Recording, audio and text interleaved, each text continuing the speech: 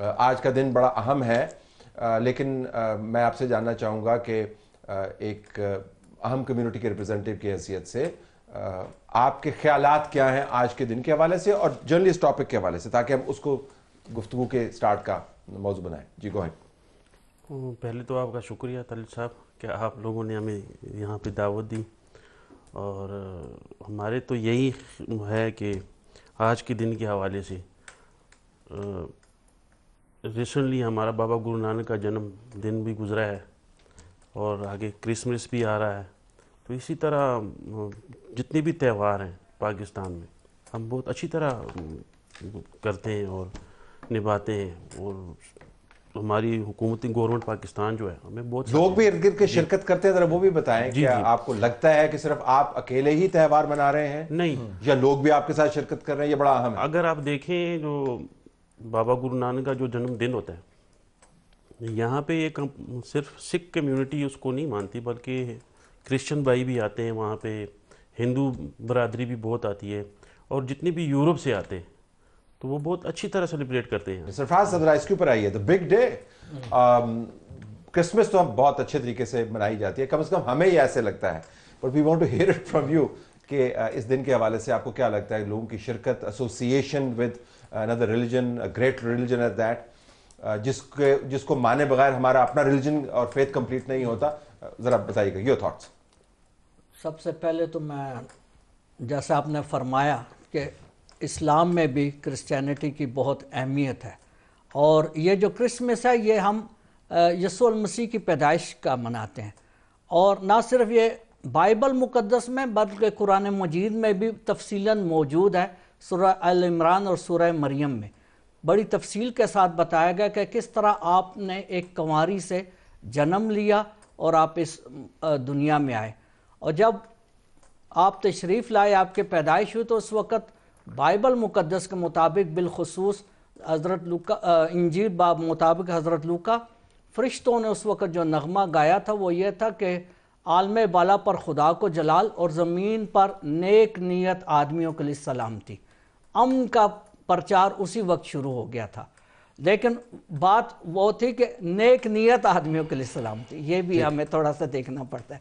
तो जब हम इस चीज़ को आगे लेकर चलते हैं तो मैं समझता हूँ कि पाकिस्तान में हमारे जो मुस्लिम बहन भाई हैं, हमारे जो हिंदू बहन भाई, सिख बहन भाई हैं, वो हमारे साथ शरीक होते हैं, बिल्कुल जैसे हम इनके साथ शरीक होते हैं, और बड़ी खूब जानने की ख्वाहिश रखते हैं। जिस तरह आप जी जी ये भी बड़ा ज़रूरी है कि दूसरे के लिए बाज़ औक़ात ना जानना जो है बहुत सारे मसाइल उससे जन्म ले, जानने की ख्वाहिश रखते हैं, जानना चाहते हैं। जी जी बिल्कुल जानना चाहते हैं। बल्कि मैंने रिसेंटली कल ही एक रिकॉर्डिंग कराई है पीटीवी वर्ल्ड में, वहाँ एंकर ने मुझसे यही सवाल किया कि वो जानना चाहते हैं कि क्रिसमस क्या है, ठीक, और मसीहत क्या है। ठीक है, your take sir, go ahead. जी सर, ये क्रिसमस का दिन और कायद आज़म मोहम्मद अली जना के बर्थडे का दिन, ये डेफिनेटली हमें बहुत कुछ सिखाता है। हम उससे सीखें ना तो दैट से मतलब ग्रेट कंट्रीब्यूशन मतलब जो फ्रॉम अवर साइड। हम सीख नहीं पा रहे हैं सर, अभी तक पाकिस्तान को 76 ईयर्स हो गए। क्या नहीं सीख पा रहे, जरा ये बताइए ना। हम बर्दाश्त 96.4% मतलब पॉपुलेशन है मुस्लिम्स की, इस्लामिक कंट्री है। 3.4% है मिनॉरिटीज़ की पॉपुलेशन। मतलब अभी भी मिनॉरिटीज़ को क्यों तहफ़्फ़ुज़ात है, वो तो बहुत ही छोटी सी परसेंटेज है ना। ठीक, अभी भी कुछ ऐसी चीज़ें हैं जो कि मतलब जो है वो आप सब लोगों को पता है, फोर्सफुल कन्वर्जन होती है, डिस्क्रिमिनेशन है, खौफ है एक, मतलब क्यों, मतलब इस पर हमने कभी गौर नहीं किया। मतलब अब इसकी वजह बताइए, इसकी वजह तदारक पर भी आएंगे, वजह बताइए। वजह सर इसके पीछे ये है कि मतलब हमने इंसानियत को नहीं पहचाना, हम बट गए मतलब डिफरेंट रिलीजन में, डिफरेंट मतलब तबकात में। उसकी वजह से हमने एक दूसरे को अंडरस्टैंड ही नहीं किया। ठीक, हमने अगर इंसान को समझना शुरू करें, हर जगह पे इंसान अच्छे बुरे होते हैं, हर रिलीजन में अच्छे बुरे होते हैं। ठीक, एक बंदा अगर खराब है ना, आपने पूरे रिलीजन को खराब कर दिया। दिवाली तो आजकल बड़ा हर जगह यूनिवर्सिटीज में मनाई जाती है, उसके बाद रद्द-ए-अमल भी आता है, बट लीविंग दैट असाइड मनाई जाती है, लोग उसमें शिरकत करते हैं। आपको लगता है कि पिछले चंद सालों में या दिहाइयों में कुछ तब्दीली आई है? Before I go to Haris on this. Definitely वक्त के साथ तो तब्दीली आती है और आनी भी चाहिए। डेफिनेटली जैसे इंसान ग्रो करता है तो उसमें तब्दीली आनी चाहिए, लेकिन जितनी तब्दीली मतलब उस साइड में हमारे कंट्री को लेके जाए, उस मुल्क को लेके जाए, उस डायरेक्शन में हम नहीं जा रहे। मैं आपको एक एग्जांपल देता हूँ। मतलब मैं यहाँ पे रहा हूँ 37 ईयर से, बड़े हमने एफर्ट्स किए कि यहाँ पे हमें भी मतलब कोई जगह चाहिए, मतलब कोई कम्युनिटी सेंटर हो, कोई जब डेथ हो जाती है शमशान घाट कहते हैं, मतलब या कोई मतलब पूजा के लिए या इबादत के लिए कुछ, in spite of lot of efforts 2016 में मतलब उस वक्त प्रेसिडेंट था इस्लाम हिंदू पंचायत का, हमने एफर्ट्स किए, काफ़ी सालों से लगे रहे, बहरहाल हमें अल्टीमेटली नवाज शरीफ की गवर्नमेंट में मतलब जगह मिली मतलब, ठीक है। अब हमने फिर आपस में कंट्रीब्यूशन करके उसको बनाने की कोशिश की, and for you we haven't succeeded. क्या सक्सीडेड क्यों? कि आपके पास वो जगह तो है कि फंड्स नहीं है या इजाजत नहीं मिल रही? फंड्स थोड़े से में था कि कम से कम मतलब चौदीवारी दलाने हमने आपस में कंट्रीब्यूशन करके किया, सराउंडिंग ने बर्दाश्त नहीं किया। क्रिश्चियन माशरों के अंदर जब हम जाते हैं, इस्लामिक सेंटर्स बनाते हैं, वहां पे मसाजिद बनाते हैं, तो अगर यही चीज उन्होंने हम पर लागू करनी शुरू कर दी तो बैरून मुल्क तुम्हारी मस्जिद ही नहीं बनेगी। पर how is your take on this? Understanding का इशू है, क्या इशू? देखिए तलत, एक तो तारीख से नावाकफियत का मसला है। मैं आपको एक मिसाल देता हूँ कि मौलाना हसरत मोहानी ने 7 हज किए थे। अब वो हमारी तहरीक आज़ादी के भी रहनुमा हैं और बहरहाल मतलब है कि बिल्कुल पाबंद सौम सलात मुसलमान थे। 7 में से 4 पापयादा हज थे। साथ साथ वो हर साल हरिद्वार जाते थे और वो अपने आप को महाराज कृष्ण का भगत भी कहते थे। ये लोगों को नहीं पता। अच्छा, दूसरी इस तरह की बेशुमार मिसालें हैं। पंजाबी शायरी से मैं आपको मिसालें दे सकता हूँ, सिंधी शायरी से मिसालें दे सकता हूँ, उर्दू शायरी से दे सकता हूँ, जिन ज़बानों का मुझे थोड़ा बहुत इल्म है। बेशुमार मिसाल। इसी तरह गुरु ग्रंथ साहब का जब आप जो लोग पाठ करते हैं तो उनको ये बात भाई मेरे साथ बैठे हैं बताएंगे कि उसमें कितने मुस्लिम पंजाबी सूफ़ी शुअरा का कलाम शामिल है। इसी तरह मैं आपको एक बात और सुनने वालों के लिए, नाजरीन के लिए मेरा ख्याल है बहुत दिलचस्प होगी कि इमाम हुसैन के रोज़े पर जब अय्याम अज़ा होते हैं तो उसमें जो पुराने अरब मसीहियों के इब्रानी और अरबी बोलने वाले कबीले हैं वो उसमें शिरकत करते हैं। उसमें सिख भी शिरकत करते हैं, उसमें हिंदू भी शिरकत करते हैं और मुसलमानों के तमाम फ़िरक़ों के लोग भी शिरकत करते हैं। और ये सब उसके बावजूद है जो एक मगरबी साम्राज्य ने मशरक़ वस्ता पर, इराक़ पर, शाम पर, इन तमाम ममालिक पर एक जंग इम्पोज की हुई है। तो एक तो कॉलोनाइजेशन और फिर पोस्ट कलोनियल दौर ने हमें बहुत तकसीम किया है। मेरा ख्याल है कि पहले भी जंगें होती थी, यहाँ कोई सब कुछ हंकी डोरी नहीं था, लेकिन वो जंगें इक़्तिदार की जंगें होती थी, वो बैनुल मज़ाहिब जंगें नहीं थी। तो बड़ी रिच तारीख है, बहुत जबरदस्त एग्जाम्पल है। हम सीख नहीं पाए, हमने पढ़ाया नहीं है, हमने फैलाया नहीं है। और समाज में जो एक फुकदान है ना मुकालमे का, हम पाकिस्तान में, मैं पहली मरतबा अपनी पिछली कोई 20-30 साल की जो प्रैक्टिकल ज़िंदगी है उसमें मैंने पहली दफ़ा ये महसूस किया है कि पाकिस्तान की रियासत और रियासती इदारों से कहीं ज़्यादा पाकिस्तान का समाज पसमानदा हो गया है फ़िक्री तौर पर। प्रोजेक्ट वो रियासत का ही था माजरत के साथ, लेकिन हुआ ये कि मुकालमे का फुकदान अदम बर्दाश्त को जन्म देता है, जिसकी तरफ इशारा हुआ।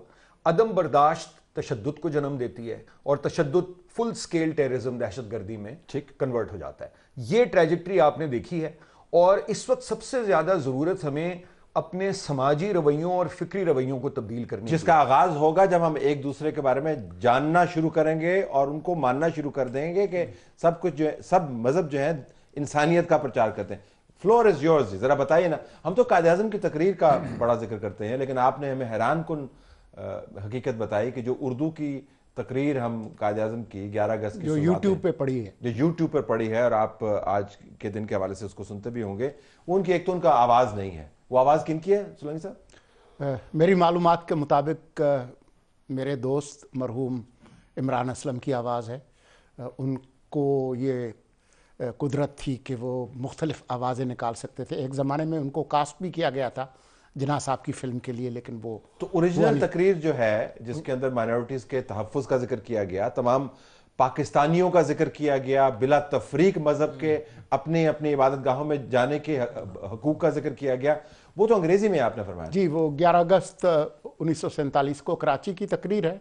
उस वक्त कराची में रेडियो स्टेशन नहीं था और लाहौर और पेशावर के जो रेडियो स्टेशन थे उनके पास रिकॉर्डिंग की सहूलत मौजूद नहीं थी। तो ऑल इंडिया रेडियो दिल्ली से वो टीम आई थी, क्रू, जिन्होंने रिकॉर्ड की। तो वो अंग्रेजी की तकरीर थी। वो कहाँ पे गई अंग्रेजी की तकरीर? कहाँ? As president of the constituent assembly. जी जी, फर्स्ट स्पीच। जी, उनकी पहली तकरीर जो है। तो वो कहाँ गई? अंग्रेजी वाली किधर गई? मैं जब डायरेक्टर जनरल था रेडियो पाकिस्तान का तो मैंने काफ़ी कोशिश की तलाश करने की। तो जब मुझे नहीं मिली तो मैंने जो पुराने जो लोग थे उनसे पूछा, जिसको आप सीना गज़ट कहते हैं। तो उनका ये कहना था कि ये 77 के बाद तक मौजूद थी, लेकिन जो ज़ियाउल हक साहब का जो दौर था उसमें एक सेक्रेटरी इंफॉर्मेशन होते थे जनरल मुजीबुर रहमान फैसलाबाद वाले। आपने फैसलाबाद का जरूर जिक्र करना होता है।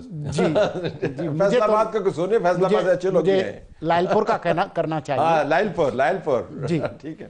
तो मशहूर ये है कि एक प्रोड्यूसर थे रेडियो के रावलपिंडी के, नसरुल्लाह कुरैशी, वो टेपें भर भर के पीटीवी से और रेडियो पाकिस्तान से लेकर जाते थे और उसमें शायद वो तल्फ। तो ओरिजिनल जो विजन है वो तकरीर जो है 11 अगस्त की, वो बहुत क्लियरली आपको बताती है कि पाकिस्तान की रियासत का तस्वर क्या था। और भी एग्जाम्पल्स आपको नजर आते हैं, मसाइल का हम जिक्र करेंगे जरा, और क्या एग्जाम्पल है जिससे पता चले कि हमारे पास तारीख बड़ी रिच है, हमारे पास हवाले बड़े रिच हैं, मोतबर हवाले हैं, अगर उन पर चले तो मसाइल वो ना हो जिसका आज हम आप सिर्फ जना साहब की पहली जो काबीना है उसको देख लें। अगर वो एक मुलायत वाली या थियोक्रेटिक एक पाकिस्तानी रियासत बनाना चाहते तो उनके जो पहले वजीर कानून थे जोगिंदर नाथ मंडल, जो कि साबिक जो मशरकी पाकिस्तान की एक जो शेड्यूल कास्ट जो थे हरिजन, उनसे ताल्लुक़ रखते थे। उनके जो वज़ीर ख़ारजा थे सर ज़फ़रुल्लाह ख़ान, तो वो तो इस तरह की चीज़ों में यकीन नहीं रखते थे। जिन्ना साहब की जो 11 अगस्त की तकरीर, जो कि अगले दिन तमाम अखबारों में छपी बशमूल डान और हिंदू, आज भी आर्काइव्स में मौजूद है, तो उसमें जिन्ना साहब का जो पाकिस्तानी रियासत का तस्वुर था वो बहुत क्लियर था। और एक तरह से वो रिफ्लेक्ट भी होता है हमारे आइन में, आर्टिकल 25 में अगर आप पढ़ें कि तमाम पाकिस्तानी जो हैं शहरी वो कानून की नज़र में न सिर्फ बराबर हैं बल्कि उनको बराबर कानूनी तहफ़्फ़ुज़ जो है वो देना चाहिए। और डॉक्टर अशोक ने जिस अदम इत्मीनान का इजहार किया, बुनियाद करता है वो चंद हकायक के ऊपर जो खौफनाक हकायक है जिसे मुंह नहीं फेर सकते। फिर कहाँ पर वो हकायक कहाँ से आ गए बीच में, अदम एतमाद क्यों हो गया जब सब कुछ? मेरे ख्याल में हारिस ने जो खुरान निकाला वो ठीक निकाला कि जो जाहिलियत है और नावाकफियत है वो किस तरह से जन्म लेती है, मकालमा नहीं होता, फिर अदम बर्दाश्त होती है, फिर इंतहा पसंदी होती है, फिर दहशत गर्दी आती है। लेकिन इसमें हमारी जो जिन्ना साहब के जाने के बाद जो क़यादत थी, उन्होंने अपने मफादात के लिए मज़हब को इस्तेमाल करना शुरू किया और लोगों को तकसीम करना शुरू किया। आप और कुछ ना करें, मुनीर कमीशन रिपोर्ट पढ़ लें। जी बिल्कुल, वो आपको बता देगी कि किस तरीके से ख्वाजा नाज़िमुद्दीन को हटाया गया और बाद में और उसमें कमाल वैसे ये भी है कि उन्होंने जितने मजहबी फ़िरक़ों से, उनके नुमाइंदगान से मुसलमान की तारीफ़ पूछी तो कोई एक भी है फ़िरका वो मुसलमान की हतमी तारीफ़ खुद से नहीं कर सका। जी, ये भी इस रिपोर्ट का हिस्सा है। जी बिल्कुल।